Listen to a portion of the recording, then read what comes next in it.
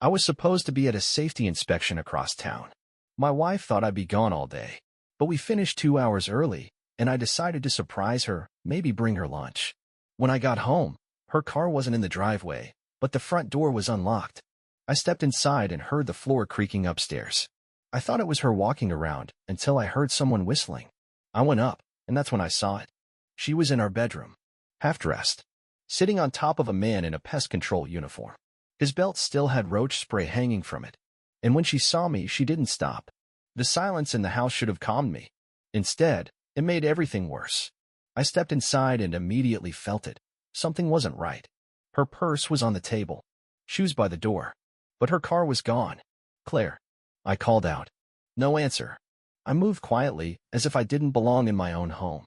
The stairs creaked. The hallway smelled faintly of chemicals. Bitter, like bleach and old dust. Then I heard it. A voice. Male. Whistling. Not a tune. Just breath through teeth. I took one step toward the bedroom. Then another. The door was slightly open. I pushed and froze. She was on top of him. My wife, my Claire, kneeling on our comforter, still wearing my t-shirt, her hair a mess, back arched like she didn't care about the world outside this moment. The man under her wore stained khaki coveralls. A patch with his name, Jesse, was half hanging off his chest. His utility belt was still on. There were tubes of pesticide strapped to it. One canister sat on the floor beside his boot. They both looked up at me. She didn't scream. She didn't cover herself. She didn't even move. She smiled. "Oh," she said. "You're home." I couldn't speak. My mouth opened, but no words came out. Jesse looked embarrassed. Tried to sit up. But Claire put a hand on his chest and pushed him back down. "Stay," she told him. Then looked at me. "You're early." I nodded. I didn't know why. "You want to join?" she asked, smiling wider. "Or just stand there and judge me?" That's when Jesse sat up. I didn't know. Claire cut him off. "He's fine. Aren't you, babe?" I took a step back. She stood, completely unbothered, reached for her robe, and walked right past me. "He's harmless," she said to Jesse, not even bothering to whisper. "He'll cry for a bit, but don't worry. He never leaves." Downstairs, I sat on the couch for what felt like hours. She came down eventually, humming, a mug of tea in her hand. "Want to talk about it?" she asked, like we were discussing a movie. I didn't reply. She sipped her tea. "I figured you'd snap one day. Guess I overestimated you." I looked at her. "Why him?" I asked. She tilted her head. "He smells like poison," she said, giggling. "But he touches like he means it." I turned away. She walked upstairs again. And I stayed. Because she was right. I didn't scream. I didn't fight. I just existed. And that's what she counted on. The next morning, she made pancakes. Not frozen. Real. From scratch. The way she used to on slow Sundays, when I thought we were happy. I came downstairs, still in yesterday's clothes. I hadn't slept. Barely moved. She flipped a pancake like it was any other day. "Want one?" she asked, spatula in hand. I just stared. She smiled. "You'll need the energy. Moping takes effort." I sat at the table, hands folded, heart still pulsing from the day before. She dropped a plate in front of me. "No syrup. You don't deserve sweet today." "I just want to know why," I said, voice barely steady. She sat down across from me. Chewed slowly. "Why what? Why him? Why like that?" She leaned back in the chair, twirling her fork between her fingers like she was bored. "He came to spray under the house," she said. I offered him a glass of water. He said I was pretty. She shrugged. It escalated. "Just like that. Some people act on what they feel," she said. "You think." Pause. "Apologize. That's your whole personality." "I've never cheated on you," I said. She tilted her head. "Because no one wanted you." I looked away. She leaned forward. "You think loyalty's impressive? It's just what people do when they have no other options." I flinched. She kept going. "You love like a puppy. I need someone who bites." Tears started forming. I blinked them back. "I still love you," I whispered. And that's when she laughed. Loud. Unfiltered. Real. "You love me," she said, wiping her eyes. "After what you saw yesterday?" I didn't answer. She stood and walked over to me. Bent down. "Do you know what Jesse said when you left?" she whispered. I shook my head. "He asked if you were my brother," she said. "Said you looked too soft to be married to someone like me." She laughed again, then walked to the sink and turned on the water. I didn't correct him. My chest tightened. I stared at the pancakes. I couldn't eat. She looked over her shoulder. You gonna cry again? Or just sit there like a statue? I forgave you last year, I said quietly. When I found those texts, I didn't say anything. She turned fully now. Oh, that, she said. You mean the guy who cleaned the gutters? She waved a hand. He was nothing. But you still did it. I do a lot of things, she said. You just finally caught one in person. I stood up. Don't, she said, raising a hand. You're not gonna yell. You're not gonna throw anything. That's not who you are. She was right. I walked out. Not to leave her. Just to breathe. Because the worst part of being broken is realizing the person who shattered you planned it that way. The next day, I didn't go to work. I told my manager I had the flu. He didn't ask questions. He never does. I sat in my car for 2 hours with the engine off. Then I went inside, made coffee, and opened my laptop. I didn't know what I was looking for. I just knew I couldn't keep sitting still while she ruined me with a smile on her face. So I started where I always start: documents, receipts, messages, anything she forgot to hide. Her phone was always in her hand, but her old one, the one I gave her last year, still in the junk drawer. She didn't wipe it. I charged it, waited, and there it was. Text threads, voice notes, photos. A thread from floor guy made my stomach turn. Same time next month? You still married to that soft boy? LOL. Yeah. He's still feeding my dog and folding my laundry. I stared at that one for a while. Then I screen captured everything, transferred it to my desktop, printed them out. The floor guy, the pest guy, the gutter guy, the delivery guy. One of them even signed a package with a heart to Claire, from your dirty little Amazonian. She hadn't cheated once. She'd made it a routine, like brushing her teeth. I started a folder, labeled it simply, Truth, but I wasn't ready to show it. Not yet. First, I called a lawyer. I didn't say much. Just asked if I could schedule a consult about property ownership and asset protection. Turns out, I've been smarter than I realized. The house? Mine. Bought 2 years before the marriage. Still deeded to me. Her name was never added. The car? Leased through my job. The shared savings account? Mostly funded from my inheritance, which made it separate property under state law. Claire never asked about finances. She just assumed. She thought her cruelty had no consequence because I never reacted. But now, I wasn't reacting. I was recording. I wasn't yelling. I was building.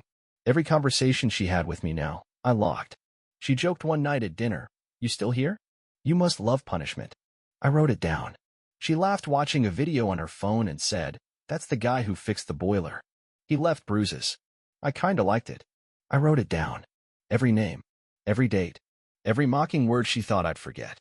Because I was done trying to fix her. Now, I was learning how to bury her. Not with fists. Not with rage. With facts. And when I was done, even she wouldn't be able to laugh through it. It started with a letter. Not a threat. Not a fight.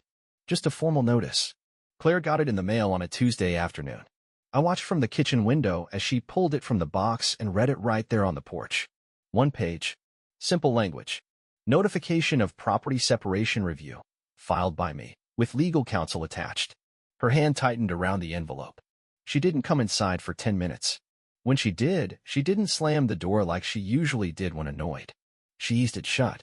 I stayed sitting at the table, sipping coffee. She walked in slowly. Calm. Controlled.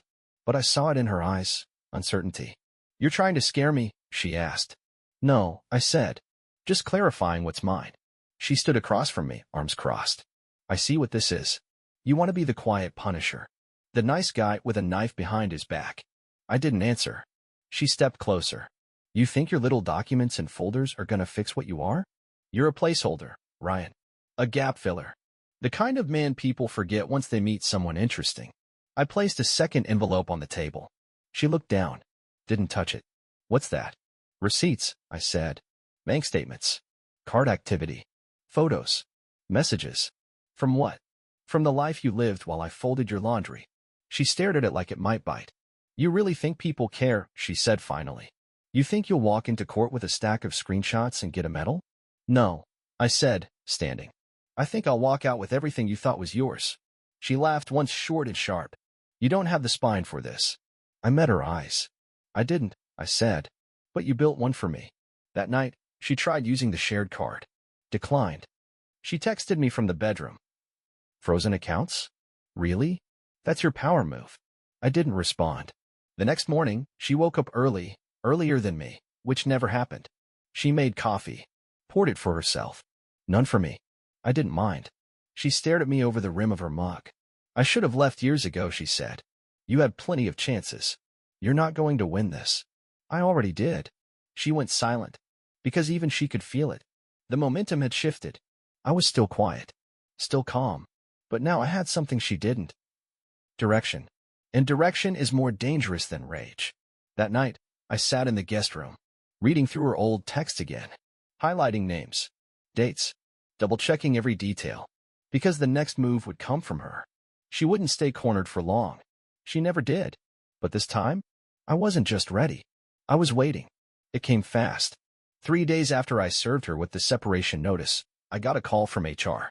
Ryan, can you step into my office? I didn't think much of it, until I walked in and saw the folder on the desk, and the expression on my manager's face. We've received a complaint, he said. Anonymous. My stomach dropped. She claims you've been using work hours and company resources to harass your spouse, he continued. Monitoring her, digging into her communications, trying to intimidate her. I nearly laughed. That's not true. He raised a hand. I know, but she didn't file it here. She filed it through the third-party ethics line. Now we're required to investigate. I sat frozen as he explained that I'd be placed on administrative leave, not fired, but removed until they completed a review. It would take a few weeks. I knew what that meant. In the world's eyes, I was already guilty. She'd done it. She'd taken my stability, my quiet. She took the one place I had control and turned it inside out.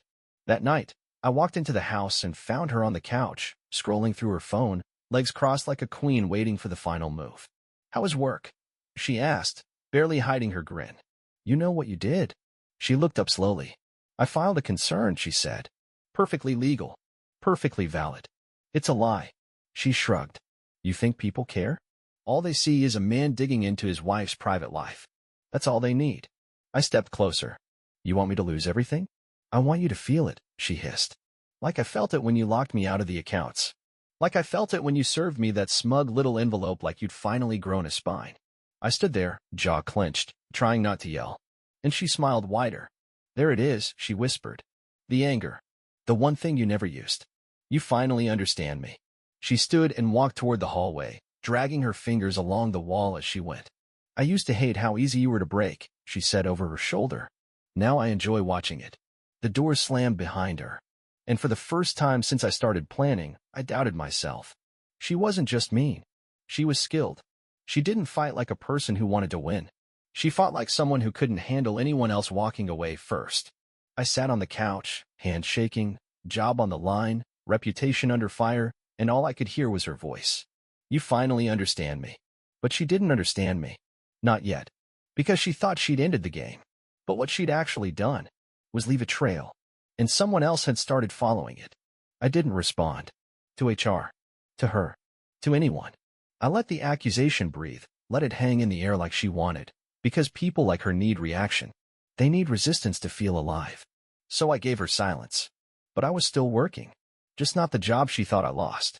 I met with my lawyer again, showed him everything. The texts, the photos, the voice notes, the fake HR report. He leaned back in his chair, looked through the folder labeled Truth, and nodded slowly. You've got something solid now, he said. Especially with what you just added. I handed him my phone. An audio recording. From 2 nights earlier. I'd installed a legal recording app that auto-started when certain keywords were said. The latest keyword? Harass. And Claire, as usual, delivered. She said to someone on the phone, No, he hasn't done anything. But if I say he has, they'll take him seriously. He's the type people believe would snap eventually. Clean record. Too clean. I had that entire call. Clean. Crisp. Date stamped. My lawyer's eyes lit up. This is enough to file a formal defense and defamation claim. And if we time it right, she'll never see it coming. So we did. While HR investigated, we submitted a full statement through legal channels. The audio, the emails, the property files, the proof that her accusations were part of a personal campaign to intimidate and discredit me. 3 days later, my manager called me back. He didn't sound as calm. Ryan, your case is being dropped. Turns out your wife, or ex-wife, I should say, has been making calls under multiple names. We traced a few. I didn't say much. Just said, thanks for letting me know. That night, I walked into the house and found Claire in the kitchen, wine in hand. She was humming again. Heard you're still suspended, she said. I poured a glass of water, turned to her, and smiled. That's old news. She blinked. I took out a second envelope, this one thinner. Just a single sheet. Her name at the top. A formal retraction request. And a notice that the company had cleared me. I placed it on the counter. She didn't move. You're bluffing, she said quietly. Check your email. She picked up her phone. Checked. Her face dropped. I leaned in. You filed a false claim against someone who never laid a hand on you, I said. And now there's a paper trail leading straight back to you. She swallowed hard. I was just angry. You were strategic, I cut in. Until you got sloppy. She didn't speak again that night. And I didn't need her to. Because now she wasn't in control of the fire. She was standing in it. She disappeared for 2 days. Didn't answer texts. Didn't come home. No calls. I thought maybe she gave up. Ran. Took whatever dignity she had left and crawled somewhere quiet. I should have known better. On the 3rd day, I got a message from my sister. Are you okay? Then another. I saw what she posted. Please tell me it's not true. My stomach dropped. I opened the app. Claire had posted a photo of us from 3 years ago. A beach trip. We looked happy in it. That version of me didn't exist anymore. Her caption? I tried to love him. But behind closed doors, no one believed what I endured. Emotional manipulation leaves no bruises. The comments were exactly what she wanted. You're so brave. Men like that hide in plain sight. I'm here for you, girl. She turned me into a villain with a vintage filter and one carefully placed sentence. I called my lawyer. This doesn't violate any laws directly, he said. She's careful. No names. No claims. Just implication. But it's working, I said. She's poisoning the well, he agreed. And she was. 2 clients paused contracts. One friend, someone I'd known since college, messaged me and said, I don't know what's true anymore. I just hope you both heal. It didn't matter what I had. Proof doesn't always speak louder than pity. That night, she came home like nothing happened. Kicked off her shoes. Threw her bag on the floor. Walked into the kitchen and poured herself a drink. You made me do it, she said, not even looking at me. Do what? Tell the truth. You lied. She turned slowly. No, she said. I told a version they could feel. That's all people want. You know I never touched you. She nodded. But now, she whispered, they believe I survived something. That makes me someone. I stared at her. She stared back. And for a moment, I saw it. She didn't care if she won. She just couldn't stand the idea that I might walk away clean. You want me ruined, I said. She smirked. I want you remembered as the one who cracked. And I almost did. That week was brutal. The hearing was delayed again. A local blog picked up her post. Someone anonymously added my name to a watch list site meant for toxic partners. I stayed off social media. Stopped answering calls. Let the rumors spread. And she watched. Fed off it. But in her hunger to win the narrative, she missed something. Because when she reposted that same caption to her old backup account, she used the wrong photo. And the metadata led straight to a device registered under my name. And it was tagged with her real location, during a date she claimed I was abusing her. She just made her last post. Her final mistake. I didn't yell. Didn't storm in and wave the evidence in her face. I waited. I copied the metadata. Timestamp. Device ID. IP address. GPS location. Then I printed everything, the original post from her verified account, the repost from the backup account, and the mismatch in story timeline. She said she was in fear the night it was posted. But her phone? It was pinged at the Ember Lounge, a rooftop bar downtown. The same place she swore she hadn't been in months. I called Clara, an independent writer who had helped expose a fake charity scandal 2 years ago. She didn't need convincing. This smells like narrative manipulation, she said. You have proof. I sent her the files. She called back the same night. This is enough for a feature. And if I do it right, I don't even need to mention names. Just tell the story. Let people connect the dots. I nodded, even though she couldn't see me. Let's make it clean, I said. No anger. Just the facts. She agreed. 3 days later, the article went live. When the victim isn't who you think, a case of digital smokescreens and false redemption. She blurred names. But the story matched every beat of Claire's timeline. and ended with a chilling conclusion. There are real victims, and there are those who steal their words to shield their shame. The internet lit up. People started asking questions in her comments. Wait, didn't you say you were home that night? Wasn't this photo from 3 years ago? Why is this story identical to the article? Claire went silent. No posts. No stories. No replies. The next day, I came home to find her sitting on the stairs, staring at the floor like it had whispered something awful. You leaked it, she said. No, I replied. I told the truth. She stood. You ruined me. I looked her dead in the eye. No, you ruined yourself. I just stopped hiding it. She stepped forward, desperate now. I can fix this. I can say it was taken out of context, that I was manipulated. You were, I said, by yourself. That night, I got an email from the ethics board at work. My file was closed. My name cleared. The watch list entry vanished within hours.